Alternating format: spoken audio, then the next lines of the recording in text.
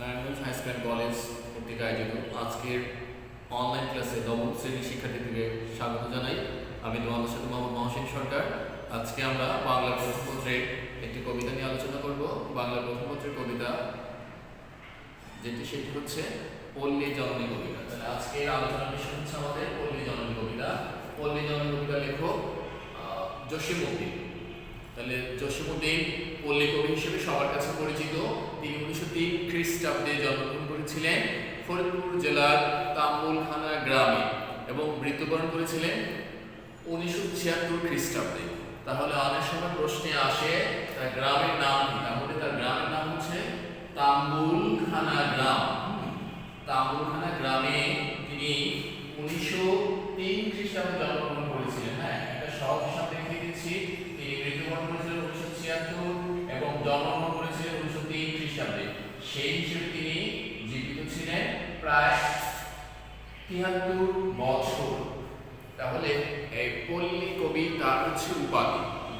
আমাদের আজকে যে কবিতা সেটা হচ্ছে পল্লী জননী লেখক কবি জসীমউদ্দিন। তাহলে কবি জসীমউদ্দিন পল্লী কবি হিসেবে সবচেয়ে বেশি পরিচিত এবং সবার কাছে বেশ জনপ্রিয়। আবহমান বাংলার পল্লী প্রকৃতির চিত্র, পল্লীর বাস্তব সমাজ ব্যবস্থা, ধর্মীয় কুসংস্কার বা ধর্মীয় রীতিনীতি সব কিছুই এই আমাদের পল্লী কবি জসীমউদ্দিন তার আজকের কবিতায় সেটা দেখিয়েছেন এবং তার বেশিরভাগ কবিতায় তিনি এই গ্রাম বাংলার চিত্র এবং গ্রাম বাংলার সমাজ ব্যবস্থার বাস্তব চিত্র আমাদের মাঝে উপস্থাপন করেছেন। তাহলে আমাদের আজকে যে কবিতা পল্লী জননী কবিতা লেখক পল্লী কবি সম্পর্কে আমরা একটু বললাম এবং তার আরেকটা ভালো একটা গুণ সম্পর্কে আমরা সবাই জানা আছে। তিনি যখন কলকাতা বিশ্ববিদ্যালয়ে পড়াশোনা করতেন তখন তার সেই বিশ্ববিদ্যালয়ের ছাত্র থাকা অবস্থায় তার একটা কবিতা প্রকাশিত হয়েছিল, যে এই কবিতাটি তার পাঠ্যে অন্তর্ভুক্ত করা হয়েছিল। সেই কবর কবিতা, তার কবিতাটি হচ্ছে কি কবর কবিতা। হ্যাঁ, কবর কবিতা তিনি যখন কলকাতা বিশ্ববিদ্যালয়ে পড়াশোনা করতেন তখন তার সময়ে এই কবিতার রচনা হয়েছিল এবং সেই তার রচিত এই কবিতাটি তখনকার তার পড়ার সাথে অন্তর্ভুক্ত করা হয়েছিল। তাহলে আমরা পড়ে আসছি ধারাবাহিকভাবে, যখন কোনো কবিতা পড়ে আসি যে হ্যাঁ কবিতার উৎস। তাহলে আজকে আমাদের এই কবিতার উৎস হচ্ছে কি আমরা সবাই জেনে গিয়েছি যে রাখালি নামক শিষ্য কাব্যগ্রন্থ থেকে। কি কাব্যগ্রন্থ থেকে? রাখালি নামক কাব্যগ্রন্থ থেকে তার এই কবিতাটি নেওয়া হয়েছে। রাখালি ছাড়াও তার বেশ আরো কিছু জনপ্রিয় কবিতা আছে। সজনবাদিয়ার ঘাট আছে, নকশিকাঁথার মাঠ বিশ্বের বিভিন্ন ভাষায় অনুদিত হয়েছে। তিনি ছোটদের জন্য বেশ গল্প লিখেছিলেন, হাসু, এক পয়সার বাঁশি, এই ধরনের গল্প লিখে তিনি বেশ জনপ্রিয় হয়েছিলেন। তারপরে তার সবচেয়ে বড় পরিচয় তিনি একজন পল্লী কবি এবং পল্লী প্রকৃতির জীবনচিত্র তিনি কবিতায় স্থান করে দিয়েছেন। তাহলে আজকে যে আমাদের আলোচনার বিষয় পল্লী জননী, এই কবিতা পাঠ করে আমরা আসলে বুঝতে পারবো যে সন্তানের প্রতি মায়ের ভালোবাসা অকৃত্রিম। মা সন্তানকে অনেক ভালোবাসেন, প্রয়োজনে মা সন্তানের জন্য জীবনও দিতে প্রস্তুত থাকে। আসলে এই কবিতায় সন্তানের প্রতি মায়ের ভালোবাসা অকৃত্রিম সেটা আমরা দেখতে পাবো। আমরা পাবো মুমূর্ষু সন্তানকে ঘিরে, হ্যাঁ, যে মাতৃহৃদয়ের হাহাকারের চিত্র। সন্তান মরে যাওয়ার মতো অবস্থায় কিন্তু মা কিন্তু তার জীবন সংখ্যায় শঙ্কিত, তারপরেও তার চিকিৎসা করতে পারছেন না, পথ্য দিতে পারছেন না, মানে খাবার দিতে পারছেন না, কিন্তু মা কিন্তু তার ছেলের দেহ কামনা করছেন। আমরা দেখবো যে মুমূর্ষু সন্তানকে ঘিরে বেঁচে থাকার আকুতি অনুধাবন। আমরা আরো পাবো যে পল্লীর দরিদ্র পরিবারের বাস্তব জীবনচিত্রের ব্যাখ্যা এবং আমরা আরো পাবো যে পল্লীর রাত্রি পরিবেশের রাতের বেলার যে পরিবেশ থাকে সেই পরিবেশ সম্পর্কে আমরা ধারণা পাবো। তাহলে আমরা আসলে আলোচনা করলাম আমাদের পল্লী কবি জসীমউদ্দিনের জন্ম হচ্ছে 1903 খ্রিস্টাব্দে এবং মৃত্যু হচ্ছে 1976 খ্রিস্টাব্দে। ফরিদপুর জেলার তাম্বুলখানা গ্রামে তিনি জন্মগ্রহণ করেছিলেন। আর এই কবর লিখেছিলেন তিনি যখন কলকাতা বিশ্ববিদ্যালয়ে পড়াশোনা করতেন। তিনি তখনকার সেখানকার ছাত্র থাকা অবস্থায় তার এটা প্রবেশিকা পরীক্ষায় অন্তর্ভুক্ত হয়েছিল। তার নিজের লেখা এই কবর, তার এই কবিতাটি তার ছাত্র অবস্থাতে তার লিখিত হয়েছিল এবং সেটা পঠিত হয়েছে। আর কবিতার উৎস হচ্ছে রাখালি নামক শিশু কাব্যগ্রন্থ থেকে কবিতাটি দেওয়া হয়েছে। তাহলে আমরা এই কবিতায় যখন পাবো যে আসলে যখন কবিতার মূল নিয়ে যখন একটু আলোচনা করব, তখন আমরা দেখতে পাবো যে এই কবিতার মূলে কি আছে। দেখা যায় কি যে একজন রুগ্ন বালকের শিওরে মানে তার মাথার পাশে মা বসে আছে। কেন বসে আছে? সন্তান অসুস্থ, সন্তানের রোগ মুক্তির প্রার্থনা করছে। কার কাছে করছেন? সৃষ্টিকর্তার কাছে প্রার্থনা করছেন। হ্যাঁ, দরিদ্র অসহায় পল্লী জননীর মা সন্তানের প্রতি তার ভালোবাসা অবশ্যই অকৃত্রিম, প্রত্যেক মায়ের থাকে। তারপরে পল্লী মা সেইটা কিভাবে প্রকাশ করে সেই দিকটা লেখক স্পষ্ট করে আমাদের সামনে কবিতার আকারে উপস্থিত করেছেন। আমরা আসলে এটা যখন করব তখন আমরা শুনবো এবং বোঝার চেষ্টা করব। আমরা দেখতে পাই যে মা দরগায় বারণ করেছিলেন, হ্যাঁ, যে আসলে সন্তান আরোগ্য লাভ করলে বা সুস্থ হলে তিনি তার সন্তানকে সুস্থ করার জন্য দরগায় বারণ করেছিলেন যে এই ধরনের কোনো কিছু দিয়ে যদি সন্তানকে সৃষ্টিকর্তা কি ভালো করে তোলেন, সেজন্য কিন্তু দরগায় বারণ করেছিলেন। তাহলে প্রিয় শিক্ষার্থীবৃন্দ, আমরা কিন্তু যখন এই কবিতার মূলে আলোচনা করব তখন কিন্তু আমরা বুঝতে পারবো যে আসলে চারদিকে এখানে মশার অত্যাচার ছিল, বেড়ার ফাঁক ছিল। তাহলে আমরা তখনকার পল্লীর বাস্তব চিত্র সম্পর্কে পাই। আমরা পাই যে দুর্গত ছেলে ভালো হয়ে খেলতে যাবে, মা তখন আসলে তার ভালো কিছু প্রার্থনা করছিলেন, মা আশাবাদ ব্যক্ত করেছিলেন যে নিশ্চয়ই সৃষ্টিকর্তা তার সন্তানকে ভালো করে তুলবেন, সুস্থ হবেই। আসলে পরবর্তীতে কি হয় সেটা আমরা জানি না। তারপরেও আমরা আসলে দেখতে পাচ্ছি যে এই পল্লীজননী কবিতাটি জসীমউদ্দীনের রাখালি নামক শিশু কাব্যগ্রন্থ থেকে নেওয়া হয়েছে। তাহলে মায়ের মতো মমতাময়ী আর কেউ নাই সে কথা বোঝানো, মায়ের গুরুত্ব, মায়ের প্রয়োজনীয়তা এবং সন্তানের প্রতি মায়ের ভালোবাসা, এই দিকগুলা বাস্তবসম্মত এবং স্পষ্টভাবেই এই কবিতা পাঠ করলে আমরা বুঝতে পারবো। প্রয়োজনীয় খাদ্য মানে ছেলের জন্য কি ওষুধপত্র হচ্ছে কি প্রয়োজনীয় খাদ্য জোগাড় করতে পারেনি মা। হ্যাঁ, তার না পারার কারণ ছিল তার দারিদ্রতা, এবং সন্তানকে সে আসলেই অনেক ভালোবাসতেন। তাই সন্তান কোথাও চলে গেলে মা চিন্তিত থাকেন, উদ্বিগ্ন থাকেন যে আসলে সন্তান কোথায় গিয়েছে, কখন ফিরে আসবে, কতগুলো কিন্তু বলা হয়েছে। তাহলে আমরা একটু কবিতাটা পড়ে দেখি, আশা করছি তোমরা শুনবে এবং বোঝানোর চেষ্টা করবে। হ্যাঁ, এই কবিতা হচ্ছে কি যে এই কবিতাটা কোন ছন্দে রচিত? কবিতায় একটা ছন্দে রচিত হয়ে থাকে। তাহলে আমাদের আজকে এই কবিতাটা কোন ছন্দে রচিত সেটা একটু আমরা দেখি। আমরা জানি ছন্দ তিন প্রকার: স্বরবৃত্ত, মাত্রাবৃত্ত, প্রথমবৃত্ত। তাহলে এই কবিতাটা হচ্ছে কি মাত্রা বৃত্ত ছন্দে রচিত। হ্যাঁ, প্রথম ছন্দে মাত্রাবৃত্ত ছন্দে রচিত। মাত্রাবৃত্তের ছন্দের বৈশিষ্ট্য হচ্ছে বদ্ধাক্ষর দুই মাত্রার হয়। বদ্ধাক্ষর কি দুই মাত্রার হয়, বদ্ধাক্ষর দুই মাত্রার। এবং এই কবিতার একটু আলাদা বৈশিষ্ট্য, এটা টেনে টেনে পড়া হয়।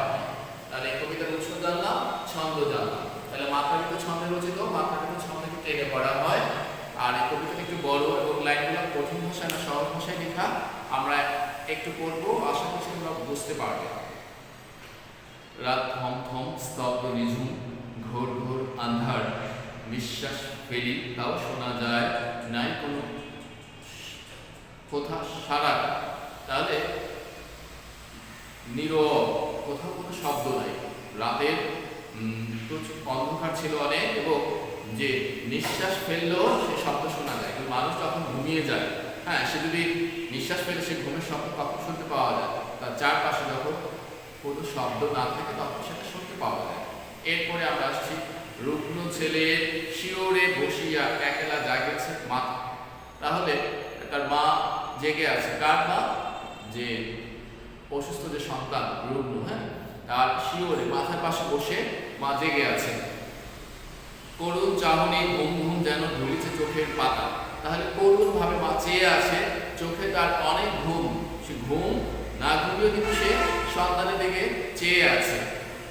শিওরের কাছে নিবু নিবু দ্বীপ ঘুরিয়া ঘুরিয়া জ্বলে। তাহলে এই দ্বীপ কিন্তু এটা কিন্তু পাহাড় না, হ্যাঁ, এই দ্বীপ হচ্ছে কি প্রদীপ বা বাতির কথা বলা হয়েছে। আলোর যে বাতি বা প্রদীপ সেটা বলা হয়েছে যে শিওরের কাছে, মাথার কাছে নিবু নিবু দ্বীপ ঘুরিয়া ঘুরিয়া জ্বলে। তাহলে ওর বাসায় যে বাতি ছিল সে বাতি নিবু নিবু মানে বাতাসে শেষ হয়ে যাবে এরকম, ছেলেরও আয়ু শেষ পর্যায়ে এরকম মনে হচ্ছে। এরপরে এসেছে যে তারই সাথে সাথে বিনোদী মায়ের একলা পড়া দোলে।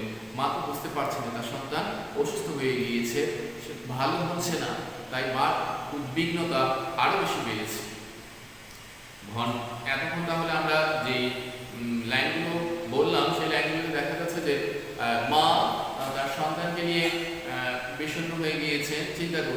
এবার আমরা পাবো তার পরিবেশ সম্পর্কে হয়তো একটু পরিচয় পাবো। ঘন ঘন জমাট বেঁধেছে বুনো মশকের গান। তাহলে বুনো মানে হচ্ছে কি জঙ্গলের মশা জমাট বেঁধেছে। এত ডোবা হতে বহিছে কঠোর পচান পাতার গ্রাম।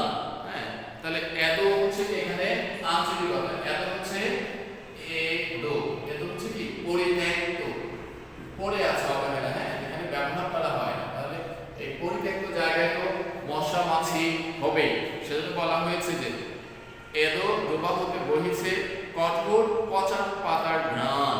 তাহলে পরিত্যক্ত ডোবা হতে পচন পাতার পচা পাতার গ্রাম আসছে।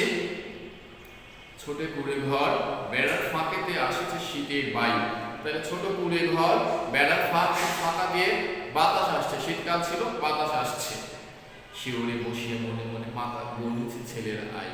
তাহলে মায়ের সন্তানের মাথার পাশে বসে মনে মনে সন্তানের আয়ু গুনছে। ছেলে কয় মারে কত রাত আছে, কখন সকাল হবে। তাহলে ছেলে মাকে জিজ্ঞাসা করছে, আসলে ছেলের সময়টা কাটছে না। ছেলে মাকে জিজ্ঞাসা করছে মা কখন সকাল হবে, রাত কখন শেষ হবে। মা কয় বাছারে চুপটি করিয়া ঘুমাবো একটি বার। তাহলে মা ছেলেকে বলছে চুপ করিয়া ঘুমা বাবা, চেষ্টা কর। ছেলে রেগে কয় ঘুম তো আসে না, কি করিব আমি কার। ছেলে বলছে আসলে ঘুম যে আসছে না, আমি কি করিব। পাণ্ডু গালে চুমো খায় মাথা। হ্যাঁ, পাণ্ডু হচ্ছে কি ফ্যাকাশে বা সাদা। তাহলে আমরা পাণ্ডু সম্পর্কে একটু জানলাম। কবিতা অনেক সময় দেখা যায় আঞ্চলিকতা ব্যবহার করা হয়। এই পাণ্ডু কথা মানে হচ্ছে কি সাদা অথবা ফ্যাকাশে হয়ে গিয়েছে। অসুস্থ ছেলে খাবার খেতে পারছে না, তার গাল কি সাদা বা ফ্যাকাশে হয়েছে। তাহলে সেই পাণ্ডুর গালে মা চুমো খাচ্ছে। পারে যদি বুকে যত স্নেহ আছে ঢেলে দেয় তারই সাথে। তাহলে মার যত স্নেহ আছে ঢেলে দিচ্ছে সন্তানকে ভালো করার জন্য, এবং মা কিন্তু তার ভালোবাসা প্রকাশ করছেন সন্তানের প্রতি। নামাজের ঘরে মোমবাতি মানে দরগায় মানে দান। তাহলে নামাজের ঘর বলতে এখানে মসজিদের কথা বলা হয়েছে, ধর্মীয় উপাসনালয়। আমরা যারা অন্য ধর্মের আছি তাহলে দরগায় মানে দান। দরগাও আসলে কোনো ধর্মীয় উপাসনালয়, সেখানেও তিনি দান করছেন। নামাজের ঘরে মোমবাতি আর দরগায় দান করছেন কেন? ছেলের মঙ্গলের জন্য। ছেলেদের তাহার ভালো করে দাও কাঁদে জননীর প্রাণ। তাহলে জননীর প্রাণ হচ্ছে মায়ের প্রাণ কাঁদছে ছেলে সুস্থতার জন্য। ভালো করে দাও আল্লাহ রসুল, ভালো করে দাও পীর। তাহলে মা প্রার্থনা জানাচ্ছে, আল্লাহ রসুলের কাছে প্রার্থনা জানাচ্ছে, পীরের কাছে প্রার্থনা করছে যে আসলে আল্লাহ রসুল পীর যেন তার সন্তানকে ভালো করে দেয়। কহিতে কহিতে মুখখানি ভাসে বহিয়া নয়ন নীর। মুখখানি ভেসে যায় নয়নের নীর, চোখের পানি। এই নীর অর্থ হচ্ছে কি, এই নীর অর্থ হচ্ছে কি পানি। তাহলে মায়ের চোখ দিয়ে পানি আসছে, এবং সৃষ্টিকর্তা বা পীর যারা ধর্মীয় আছেন তাদের কাছে তারা প্রার্থনা করছেন। বাঁশ বনে বসি ডাকে কানা কুয়ো রাতের আধার ঠেলি। বাদুর পাখার বাতাসেতে করে সুপারির বন হেলি। তাহলে এখানে কুসংস্কারের কথা বলা হয়েছে, অমঙ্গলের লক্ষণ এখানে প্রকাশ পেয়েছে। যে বাঁশ বনে বসি ডাকে কানা কুয়ো রাতের আধার ঠেলি। বাদুর পাখার বাতাসেতে করে সুপারির বন হেলি। চলে বনপথ জোনাকি মেয়েরা কুয়াশা কাফন ধরি। হ্যাঁ, তাহলে কুয়াশা, শীতকালে যখন কুয়াশা হয় সেটা সাদা দেখা যায়, তখন এই কুয়াশা কুয়াশাকে মার কাছে সাদা কাফনের কাপড়ের মতো মনে হয়েছে। দুছায় কিবা সংখ্যায় মার পড়া উঠেছে ভরি। তাহলে সংখ্যায় মার পড়া ভরে উঠছে, ভারী হয়ে উঠেছে, যে আসলে কি নাকি বিপদ আসছে।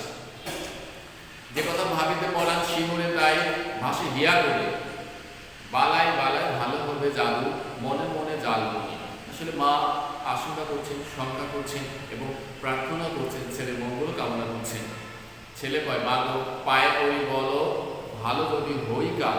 ছেলে বলছে মা পায়ে পড়ছে, ভালো যদি হই কাল, আগামীকাল যদি আমি ভালো হই।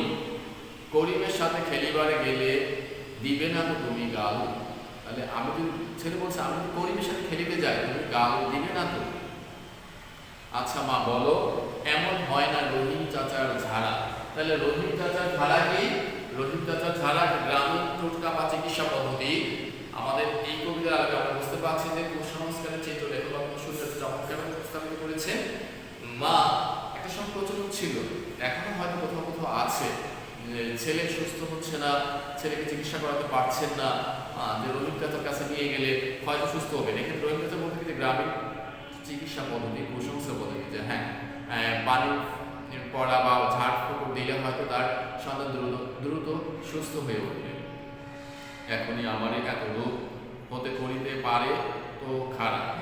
মা কেবল বসি রুগ্ন ছেলের মুখ পানে আঁখি মেলে। মা তাহলে শুধু বসে অসুস্থ ছেলের পাশে চোখ মেলেই দেখে, ভাষা ভাষা তার যত কথা যেন সারা প্রাণ দিয়ে গেল। তাহলে তো কথাগুলো ছিল ভাষা ভাষা। শোনো মা, আমার লাটাই কিন্তু রাখিও যত্ন করে। তাহলে সন্তান তার মাকে বলছে লাটাইকে ঘুড়ি উড়ানোর সময় সুতা পেঁচিয়ে রাখা হয় যেন, সেটা হচ্ছে লাটাই। তাহলে সে মায়ের কাছে বলছে যে তার লাটাই যেন মা যত্ন করে রাখিয়া দেয়।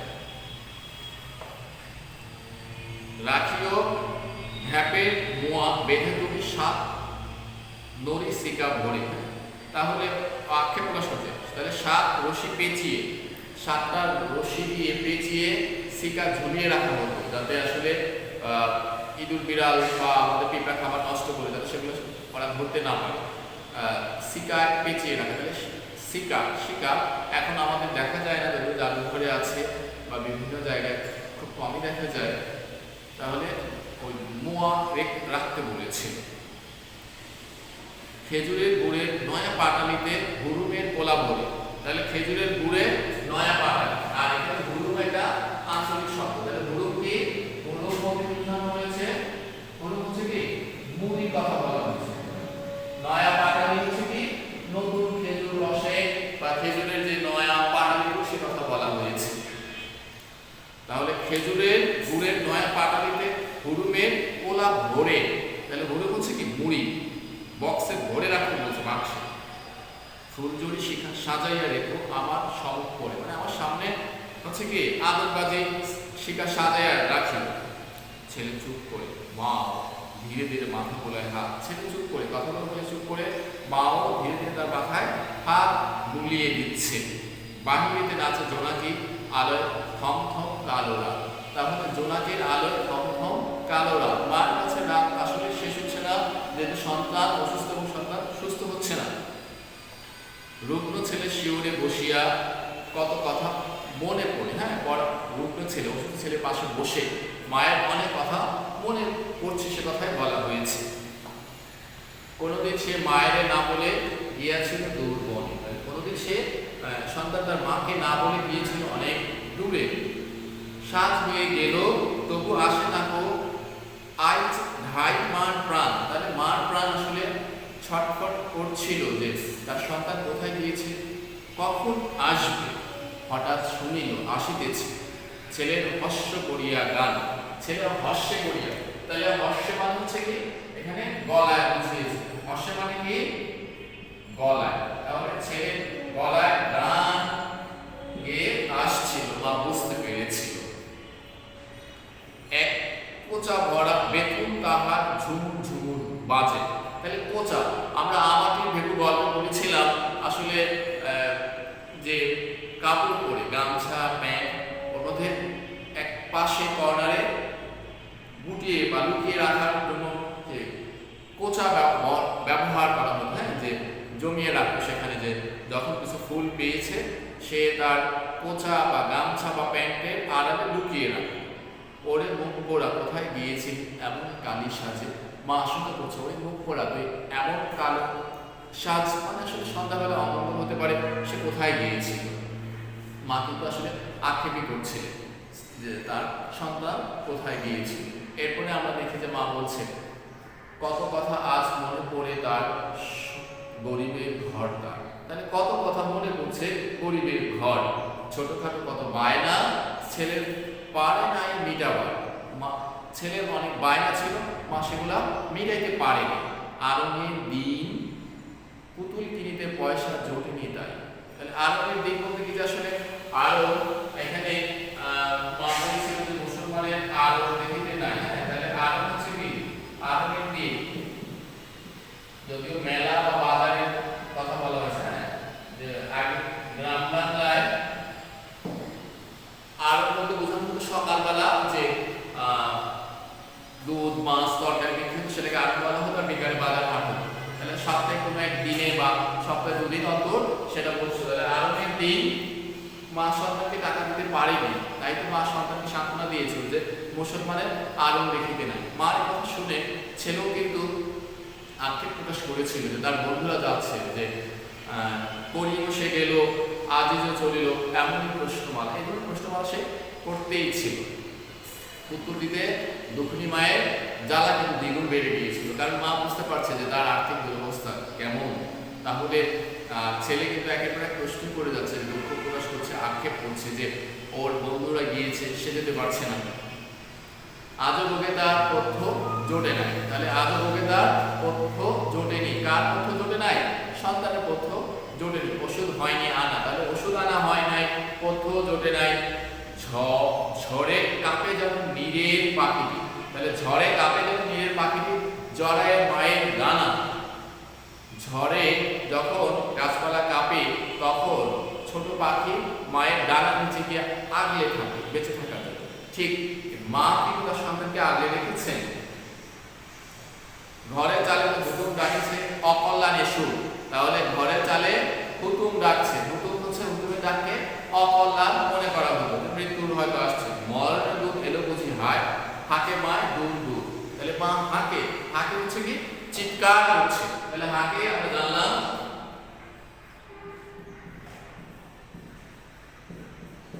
হাকে মানে হচ্ছে চিৎকার করা। তাহলে মা চিৎকার করছে, দূর অকল্যাণ, এগুলো আমার জন্য না, আমার ছেলের জন্য না, হ্যাঁ, মার মনে এটা আসছিল। এরপর আমরা দেখি পচা ডোবা হতে বিরোহিনী ডাকিতেছে ঝুড়ি ঝুড়ি। তাহলে পচা ডোবা হতে, তাহলে এখানে দারুণ পাখি কথা বলা হয়েছে।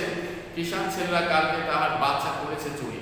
আমাদের পরীক্ষায় আসে যে বাচ্চা কারা চুরি করেছে, তাহলে কিষানের ছেলেরা বাচ্চা চুরি করেছে। ফেরে ভন ভন মশা দলে দলে, গুঁড়ো পাতা ঝরে বনে। ফোঁটায় ফোঁটায় পাতা চোয়া জল ঝরিছে তাহার শনে। রুগ্ন ছেলের শিওরে বসিয়া একলা জাগিছে মাতা, সম্মুখে তার ঘোর উজ্জ্বটি মহাকাল রাত পাতা। তাহলে মহাকাল মানে এখানে অনেক সময় বুঝিয়েছে। মার সময় কাটছে না, সন্তানের সময় কাটছে না, যে আসলে কখন রাত হবে, কখন দিন হবে, দিনের আলো হবে, ছেলে সুস্থ হবে, সে কথা বলা হয়েছে। পাশে জ্বলিয়া মাটির প্রতি বাতাসে জমায় খেল। তাহলে বাতাসে নিবু নিবু হয়ে যাচ্ছে, আধারের সাথে ঝুঁজিয়া তাহার ফুরাইয়ে এসেছে তেল। তাহলে অন্ধকারের সাথে সে তো আসলে বাতি আলাদা ব্যবহার করা হয়, তার তেল শেষ হয়ে আসছিল, যেহেতু ছেলে অসুস্থ, মা সারা রাত বাতি লাগিয়ে রেখেছেন। তাহলে আমরা এই কবিতাটা আলোচনা করলাম যে আসলে এই কবিতাটা জসীমউদ্দীনের রাখালি কাব্যগ্রন্থ থেকে নেওয়া হয়েছে, এবং মায়ের মতো মমতাময়ী আর কেউ নাই, এবং রুগ্ন সন্তানের পাশে মা বসে তার যে ভালোবাসা বা মমতা এবং আক্ষেপ প্রকাশ করেছে সে কথাগুলো কিন্তু এই কবিতায় ফুটে তুলিয়েছে লেখক। চারিদিকে মশার অত্যাচার, প্রদীপ নিভে যাচ্ছে নিবু নিবু, বেড়ার ফাঁক বলে শীতের বাতাস আসে, হ্যাঁ, রুগ্ন পুত্রের ঘুম স্বাভাবিকভাবে আসে না। মা পুত্রকে আদর করে তার গাল ভরে চুমু খায়, তারপর আর। প্রিয় শিক্ষার্থীবৃন্দ, আমরা এখন কিছু প্রশ্ন নিয়ে আলোচনা করব। আশা করছি তোমরা বাসায় পড়বে এবং বোঝার চেষ্টা করবে। আমরা তাহলে এই কবিতা আমরা পাঠ শেষ করলাম। এখন আমরা যদি প্রশ্ন জিজ্ঞাসা করি যে আসলে এই কবিতার উৎস কি, তাহলে আমরা অবশ্যই বলতে পারবো যে হ্যাঁ, কবিতার উৎস হচ্ছে রাখালি নামক কাব্যগ্রন্থ থেকে নেওয়া হয়েছে। তাহলে ছেলে মাকে কি যত্ন করে রাখতে বলেছেন যদি প্রশ্ন করা হয় যে এই কবিতায়, পল্লী জননী কবিতায় ছেলে মাকে কি যত্ন করে রাখতে বলেছে, ছেলে মাকে যত্ন করে কি রাখতে বলেছিল, তার লাগাই রাখতে বলেছিল, এরপর তার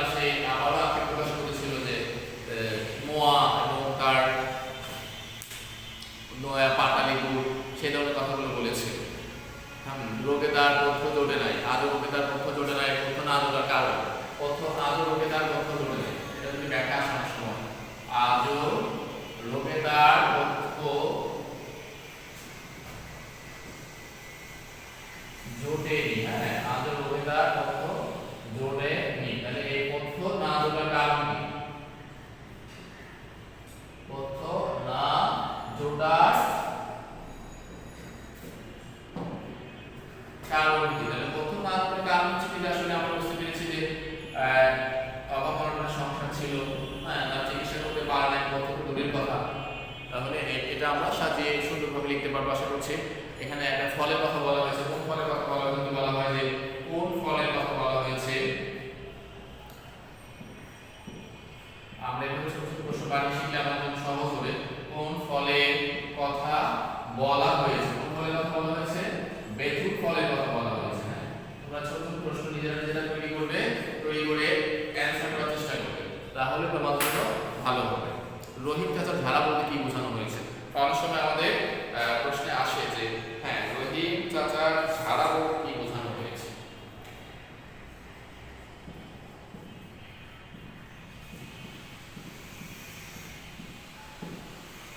রহিম চাচার ঝাড়া বলতে কি বোঝানো হয়েছে? তাহলে গ্রাম্য চিকিৎসা পদ্ধতি, ধর্মীয় কুসংস্কার হচ্ছে কি রহিম চাচার ঝাড়া। কিন্তু আমাদেরকে আর বেশি সাজিয়ে লিখতে হবে। হ্যাঁ এরপরে যদি বলা হয় মুসলমানের আরো দেখিতে নাই কেন, মা নামাজের ঘরে মোমবাতি আর দরগায় দান মানত করে কেন? মা নামাজের ঘরে মোমবাতি ও দরগায় দান মানত করে কেন? বলে জননীর প্রাণ কাঁদে কেন যদি বলা হয়?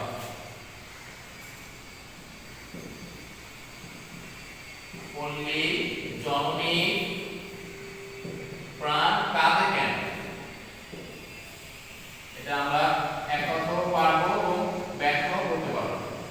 যদি ব্যাখ্যা করে আসলে পল্লী জননীর প্রাণ কাঁদে কেন? পল্লী জননীর প্রাণ কাঁদছিল যে পুত্রের অমঙ্গল আশঙ্কায়, পুত্রের অমঙ্গল আশঙ্কায় পল্লী জননীর প্রাণ কাঁদছিল। তাহলে প্রিয় শিক্ষার্থীবৃন্দ, আমরা যদি বলি যে বিরোহী মায়ের একটা পরাণ দোলে, হ্যাঁ মা নামাজের ঘরে, সেগুলো আমরা বললাম ঘরের চালে কি ডাকে, এটাও প্রশ্নে আসে। আর কৃষানেরা কি চুরি করেছিল, কে করেছিল, সেটাও আমাদের আসবে। আর আজকে আমরা এই আলোচনা করলাম যে পল্লী জননী কবিতা। আশা করছি তোমরা প্রত্যেকে বাসায় একটু পড়বে, এই ধরনের প্রশ্নগুলো বানিয়ে পড়বে, তাহলে তোমাদের ভালো মনে থাকবে। যদিও পরীক্ষা আমাদের অনেক জ্ঞানমূলক আসছে, আমাদের বেশি করে বহু নির্বাচনী প্রশ্ন আসে, তাহলে আমাদের ভালো করতে হলে অবশ্যই বাসায় ভালো করে পড়তে হবে। আর আচ্ছা, আর এগুলো নিয়ে ছোট ছোট প্রশ্ন বানানো তোমরা নিজেরাও বাসায় পড়বে। আর আমাদের তাহলে আজকের ক্লাস আমরা এ পর্যন্তই। পরবর্তী ক্লাসে আমরা আবার অন্য বিষয় নিয়ে আলোচনা করব। সবাই বাসায় পড়াশোনা করবে, ভালো থাকবে, লিখবে। তাহলে এই লিখলে কিন্তু তোমাদের লেখা সুন্দর হবে, যদি তোমরা অনেকে লিখছো না আর লেখার টেন্ডেন্সি তোমাদের কমে গিয়েছে। আশা করছি প্রত্যেকে বাসায় লিখবে এবং পড়বে। তাহলে আজকে আল্লাহ হাফেজ।